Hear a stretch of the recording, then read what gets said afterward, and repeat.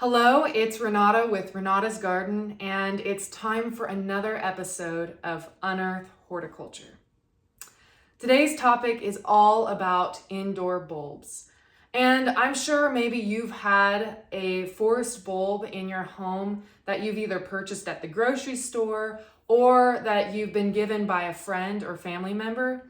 But the most common forest bulb that is found in the home around this time of year after the holidays is the Amaryllis or the paper white or the daffodil. And one thing that's really common, a question that I get asked a lot, is how to care for these forest bulbs after they have finished blooming. And so today in this episode, I'm going to discuss what you can do to salvage what life is left in those bulbs for future enjoyment. Virtually every bulb can be forced indoors and enjoyed in a potted container or in a jar of water. However, not all bulbs can be salvaged after the first flower is spent. And a couple of common bulbs that you might find in the grocery store right now or starting as we get into spring months are tulips and hyacinths. And both of those are really cheerful, wonderful, add fragrance to your homes, but these bulbs are more short-lived. Even in the landscape, they don't bloom from that same bulb as long, but they can be enjoyed temporarily and they are wonderful to have around the house. However, these bulbs might not be able to be kept afterwards, so I would suggest that you go ahead and discard those bulbs. However, there are a few stronger, hardier bulbs that can be salvaged, and one of those is the fun paper white, and these haven't bloomed yet, but as you can see, they're shooting straight up, and these will bloom white, and they're really common to have around in December and January. They're more of a holiday bulb. Daffodils actually in the landscape do what we call perennialize, and they can stay there untouched and keep blooming for about 15 years even. So these bulbs are hardy enough that after they finish a blooming cycle, you can leave them in their container, maybe cut the spent flower stalks off the bulbs, and then let their leaves slowly begin to wither naturally in a sunny area. Continue to water them when their leaves are green, but as their leaves start to wilt, start tapering off on the moisture that you provide. Eventually, when the leaves have completely died and withered, and you're to the point where you're no longer watering and the soil is dry, you can simply lift the bulbs out of their container, brush them off, and then wait and plant them the following fall. Keep them in a cool, dark area for storage, like the basement or the garage, where they won't freeze or dry out. And then you can plant them and enjoy them in the landscape in coming years. Now, I was going to show you this example. This is a hyacinth that we forced in a bulb jar with water. And bulbs that are forced in water also aren't good candidates for keeping. And most of the time, bulbs that are forced in water are, they're more temporary. They're spring bulbs like the hyacinth or tulip. And so I will just discard this after it finishes its blooming cycle. A common bulb that is spent this time of year in January that people really don't want to get rid of is the beautiful Amaryllis.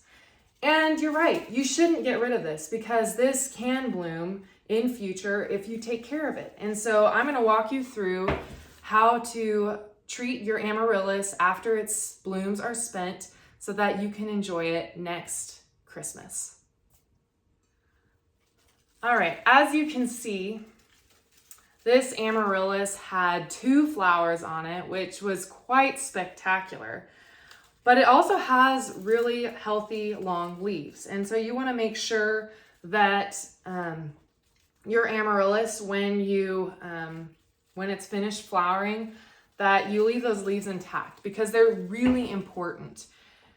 Plants need their leaves to photosynthesize so that they can build up more energy and sugars and push that down into the bulb, its storage organ, for future use when it needs to initiate and produce blooms for the next year.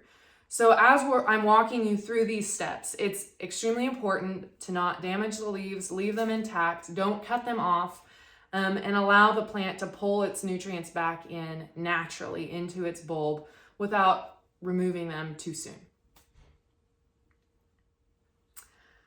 So, Amaryllis are different from spring flowering bulbs because they don't require chilling to initiate flowers.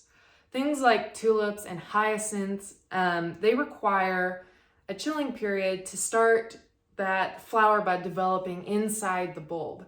However, Amaryllis are from a part of the world where their dormancy is warmer. It's not cold. And so Amaryllis dormancy is actually triggered by dry periods in time. So to trigger a dormancy stage in an Amaryllis, you'll want to gradually start tapering off moisture levels. First things first, when treating an Amaryllis after its blooms have faded, clearly this plant has gone through its full flower cycle. I mean, that last flower still has a little bit of life in it, but it's time for this to go. I'm going to take my pruners because these stems are quite thick. And you may, if you're doing this with daffodils, you might want to use a smaller tool. But I've got a nice wide-mouthed pruner here. I'm going to use rubbing alcohol, and I'm going to go ahead and spritz those so that they're sterile before cutting the plant. You want to make sure you're not spreading any kind of disease from other plants. So I'm just going to take this and trim 1 inch above the bulb where the flower stalk is coming out. And I want to make sure I don't trim too close so I don't damage the bulb, but also I don't want a big long dead flower stalk protruding from the bulb as this plant goes into dormancy. So I'm just going to give that this close trim right now. All right, so you can just discard the flower stalks after you've trimmed them off, but make sure that you go ahead and leave these beautiful big strap-like leaves attached to the plant, because the next thing that you're just gonna allow to happen is for a natural dormancy cycle to kick in. Place your Amaryllis bulb in a well-lit area, such as a windowsill or a naturally lit room, and you're gonna continue to water and even provide a boost of fertilizer to your plant.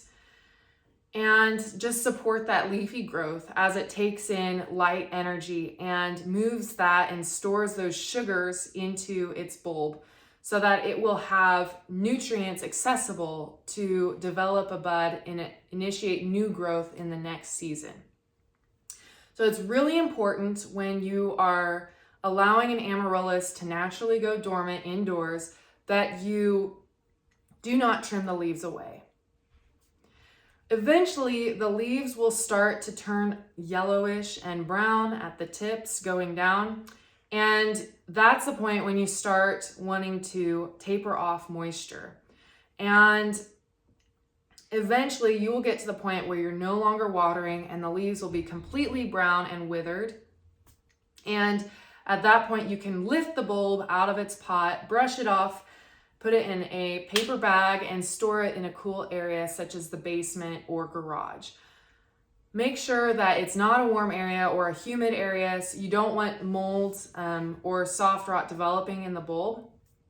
But then next season, about 8 weeks before you want your plant to bloom, you can get the bulb back out, pot it back up, water that soil, and that moisture and warmer temperatures, since you're not going to have it in the garage or basement anymore, those warmer temperatures and moisture should trigger that bulb to spring back to life, and you should see at least one blooming stalk the following Christmas. So there's your tip for how to take care of your Amaryllis after it's done flowering.